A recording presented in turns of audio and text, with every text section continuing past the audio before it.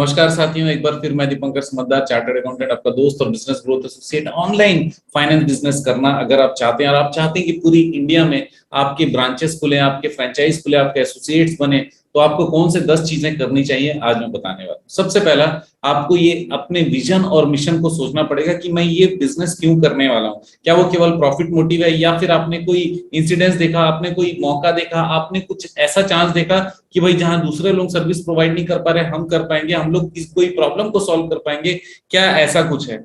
तो आप उसको नोट डाउन करें कि आपका सोच क्या है बिजनेस बनाने के लिए, आप किस तरीके से आगे बढ़ना चाहते हैं, आपका मिशन क्या है, आपका पर्पस क्या है। राइट, ये पहला पॉइंट हुआ। दूसरा, आपको कंपनी का स्ट्रक्चर सोचना पड़ेगा। कंपनी इन द सेंस, अगर आप प्राइवेट लिमिटेड में जाना चाहते हो, पब्लिक लिमिटेड में जाना चाहते हो, आपको लगता नहीं मैं बस प्रोपराइटर रहूंगा, लेकिन आपको बता दो ट्रांसपेरेंसी प्रोपराइटरशिप में या पार्टनरशिप में नहीं है। आपको कंपनी फॉर्मेट में ही जाना चाहिए जिसमें ट्रांसपेरेंसी रहेगी, लोग जुड़ पाएंगे, लोग कनेक्ट हो पाएंगे, चाहे वो शेयर होल्डिंग के जरिए हो या किसी भी तरीके से स्टेक लेने के जरिए हो।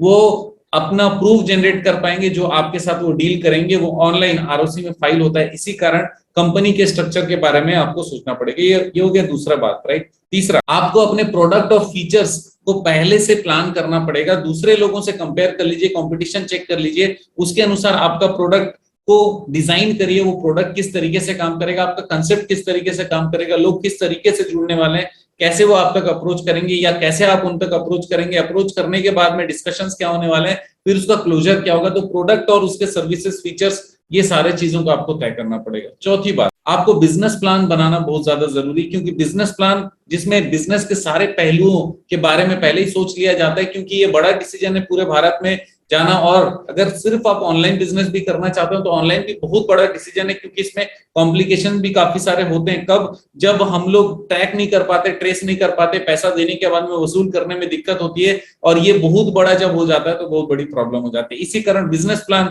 आपको हर एरिया, बिजनेस के हर एरिया के लिए बनाना चाहिए। पांचवा बहुत इंपॉर्टेंट पार्ट है मोबाइल एप्लीकेशन और सॉफ्टवेयर, वेबसाइट। ये सारी चीजों को ध्यान में रखना पड़ेगा, क्योंकि ये जहां से भी हम लोग करवाने वाले हैं वो कोई दोस्त यार होना जरूरी नहीं है, लेकिन वो प्रोफेशनल होना बहुत जरूरी है। उसके साथ में एग्रीमेंट होना चाहिए, डॉक्यूमेंटेशन होना चाहिए, क्या क्या फीचर्स देने वाले हैं वो पहले से हमको लिख कर उनको देना पड़ेगा। डेवलपमेंट के दौरान में आप जो जो चीजें उनसे और चाहते हो उसको पूरा रिटर्न कम्युनिकेशन के साथ करना पड़ेगा। आपके साथ में जो एग्रीमेंट साइन है उसमें कॉस्टिंग से लेकर सारी चीजें लिखी रहेगी। वो अपने आप अपनी मर्जी से इन्फ्लेट नहीं कर सकता। आपके साथ में जो एग्रीमेंट है, ताकि सीक्रेसी रहे, आपका डॉक्यूमेंट या आपका इंफॉर्मेशन या आपका प्रोटोटाइप किसी और को ना दे दे, ये बहुत ज्यादा इंपॉर्टेंट है। सिर्फ सॉफ्टवेयर इंपॉर्टेंट नहीं है, उसके साथ में उसका मैनेजमेंट के लिए आपके पास में पर्सनल टीम भी होनी चाहिए जो कोऑर्डिनेट करेगी, और पर्सनल टीम बहुत स्ट्रांग रहनी चाहिए, क्योंकि इसी के बेसिस पे बिजनेस होने वाला है। यहाँ पर कोई भी डेटा लीक नहीं होना चाहिए, डेटाबेस हमारे हाथ में हमेशा रहना चाहिए, रिकवरी प्लान होना चाहिए। ये सारी चीजें आपको देखना ही पड़ेगा। इसको आसानी से किसी के भी हाथ में मत दीजिएगा, बहुत इंपॉर्टेंट फैक्टर है। राइट, छठवीं बात है फ्रेंचाइज मॉडल या एसोसिएट मॉडल। अगर आप दूसरे लोगों को फ्रेंचाइज भी देने का सोचते हो तो फ्रेंचाइज का मॉडल रेडी करना पड़ेगा, उसका लीगल स्ट्रक्चर चेक करना पड़ेगा, कहीं पे हम लोग फंस तो नहीं रहे,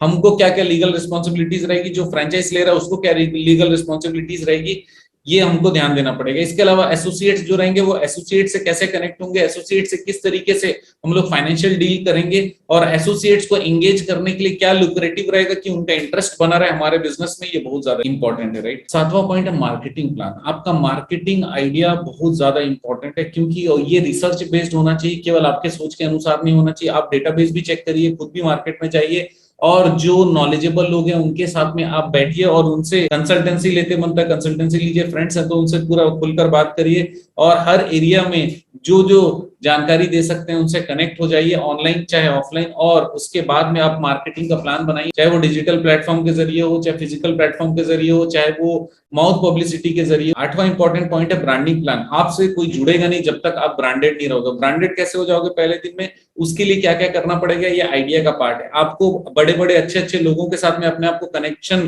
करना पड़ेगा, एसोसिएट करना पड़ेगा, उनके नाम अपने साथ जोड़ने पड़ेंगे, उनकी हेल्प आपको लेनी पड़ेगी, और उनके साथ में काफी सारे प्रोग्राम्स, ट्रेनिंग, फर्दर एसोसिएशंस का प्लानिंग आपको करना पड़ेगा, जिससे लोगों का आपके ऊपर में ट्रस्ट बने, ब्रांड बढ़ता चले, और ब्रांड को यूट्यूब से लेकर जितने भी तरीके से आप लोगों तक पहुंचा सकते हो। ब्रांड की फैसिलिटीज के अलावा ब्रांड किस तरीके से हेल्प करता है, किस तरीके से रिवॉल्यूशनरी है, ये चीज आपको बताना चाहिए, जिससे बहुत जल्दी आपका ब्रांड पूरे भारत में कम से कम फैल जाए। राइट, नाइन्थ इंपॉर्टेंट पॉइंट है सारे प्रोडक्ट के एसओपी, मतलब स्टैंडर्ड ऑपरेटिंग प्रोसीजर्स आपको बनाने पड़ेंगे, मैनुअल्स बनाने पड़ेंगे। वो मैनुअल को ओरिएंटेशन प्रोग्राम में लेकर आना पड़ेगा, सारे सेल्स स्क्रिप्ट्स बनाने पड़ेंगे, ये सारी चीजें एक जगह पे करनी पड़ेगी और इसको अपने ऑर्गेनाइजेशन का एसेट समझे, इसको प्रॉपर्टी समझे और इसके जरिए जब भी कोई आए आपके ऑर्गेनाइजेशन के अंदर में तो वो सही जानकारी के साथ आपका हेल्प कर सके, काम कर सके और आपके ऑर्गेनाइजेशन की फीलिंग को लेकर आपके ऑर्गेनाइजेशन का जो मोटिव है पूरे ऑल ओवर इंडिया में आगे बढ़ने का, उसको वो पूरा करने में पूरी मदद करे। और last but not the least, excellent documentation, legal team, execution बहुत इंपॉर्टेंट है।